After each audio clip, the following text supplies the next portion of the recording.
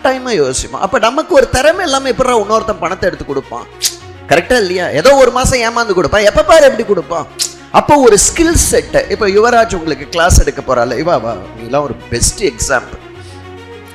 இவா வந்து என்னோட ஆஃபீஸில் நான் வந்து ப்ராக்டிஸ் 1999 சிஏ முடிச்சுட்டு நான் ப்ராக்டிஸ் ஆரம்பித்தேங்கன்னா, நானும் லோயர் மிடில் கிளாஸ் தான். நான் வந்து ஒரு வாடகை வீட்டில் தான் சிஏ முடிக்கும்போது ஒரு வாடகை வீட்டில் தான் இருந்தோம், போல்ஷலூர்ன்ற இடத்துல தான் இருந்தோம். யுவாவோட வீட்டுக்கே நான் போயிருக்கேன். ஓகேவா ரைட்? யுவாவோட அண்ணா வந்து என்னோட ஸ்டூடெண்ட் இனிஷியலாக, அன்பரசு அப்படின்னு சொல்லிட்டு. நான் வந்து மாம்பழத்தில் ஆஃபீஸ் ஆரம்பிச்சது யுவா வந்து +2 முடிச்சுட்டு என்கிட்ட ஜாயின் +1 முடிச்சுட்டு அவங்க வீட்டு கஷ்டம். அவங்க வீட்டை நான் பார்த்துருக்கேன். ஒரே ஒரு ஹால் தான், அது வந்து அந்த ரோ ஹவுஸ். இந்த பல்லாவரத்தில் ஒரு வீட்டுல போனால் 8 வீடு சுற்றி இருக்கும். அந்த மாதிரி ஒரு நார்மல் இது. நான் அதை விட பெட்டராக இருந்தேன். யுவா லெவலுக்கு நான் இல்லை.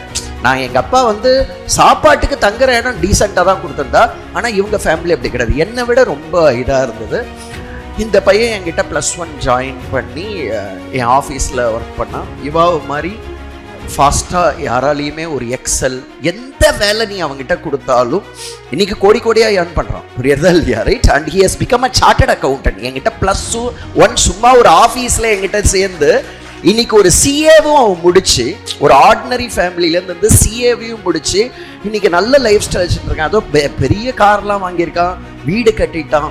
இப்போ ஏஜ் என்ன இருக்கும், ஒரு 35 வயசில் he is living an extraordinary life. ஆனால் எக்ஸ்ட்ராடினரி லைஃப் நான் அந்த டைமில் என்ன பண்ணேன்னா புழிஞ்சு எடுப்பேன். நான் வந்து நார்மல் வேலைக்காரர் கிடையாது. என்கிட்ட வேலை செய்கிறது ரொம்ப கஷ்டம். அம்மியில் வச்சு தேய்ச்சிருவேன் நான் யாராக இருந்தாலும்.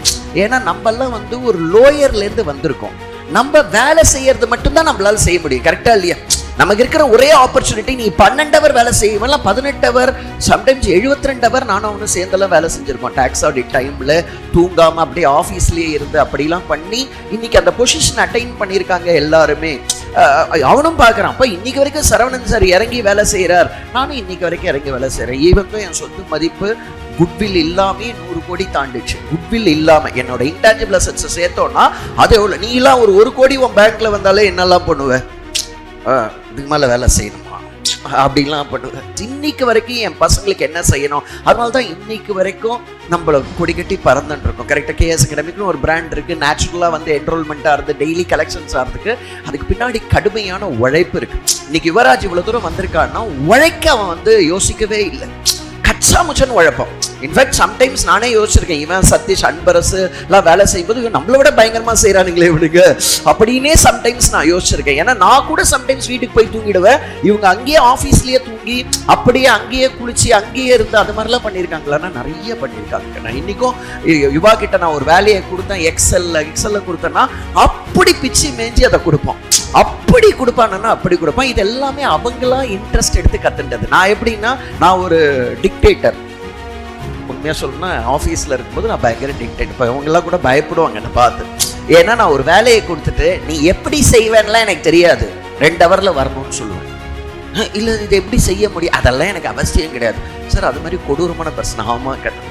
ஏன்னா அந்த மாதிரி தத்தளிக்க விட்டாதான் நீ போய் எல்லாத்தையும் நெட்டில் சர்ச் பண்ணி நான் இதை ஒரு 4 நாள் கழிச்சு வாங்கிக்கிறேன்னா நீ எப்போ செய்ய பாரு, 4 நாள் முடிஞ்சு அந்த 4ஆவது நாளுக்கு முன்னாடி தான் செய்வேன். கரெக்டா இல்லையா? அதுக்கு நான் இப்பவே 2 ஹவர் தான் உனக்கு டைம், வேற எந்த வேலையும் செய்யாத செய்யணும், வேற வழியில் அப்படி கத்துன்றது தான் இவங்க எல்லாம்.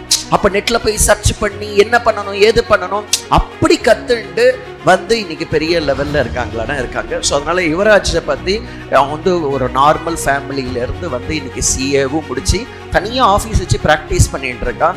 நான் ப்ராக்டிஸ் பண்ண சில கிளைண்ட்ஸ்லாம் இன்னைக்கும் வந்து யுவராஜ், நான் வந்துட்டேன் ப்ராக்டிஸ்லேருந்து வெளில வந்துட்டேன் 12 வருஷத்துக்கு முன்னாடியே. இன்னைக்கும் அந்த கிளைண்ட்ஸ்லாம் யுவராஜுக்கு கிளைண்ட்ஸாக இருந்துட்டு பயங்கர மதிப்பு மரியாதையை சம்பாதிச்சு வச்சுட்டு இருக்கான். யுவா பேசினான்னா ஒரு மினிஸ்டர் லெவலுக்கு உடனே எனக்கு ஆக்ஷன் நடக்கிறதுனா அப்போ அவன் வந்து ஒரு வேல்யூ கிரியேட் பண்ணியிருக்கான், வேல்யூ கிரியேட் பண்ணியிருக்கான். இந்த மாதிரி உங்களை உருவாக்கணுன்றது என்னோட தாட் ப்ராசஸ்.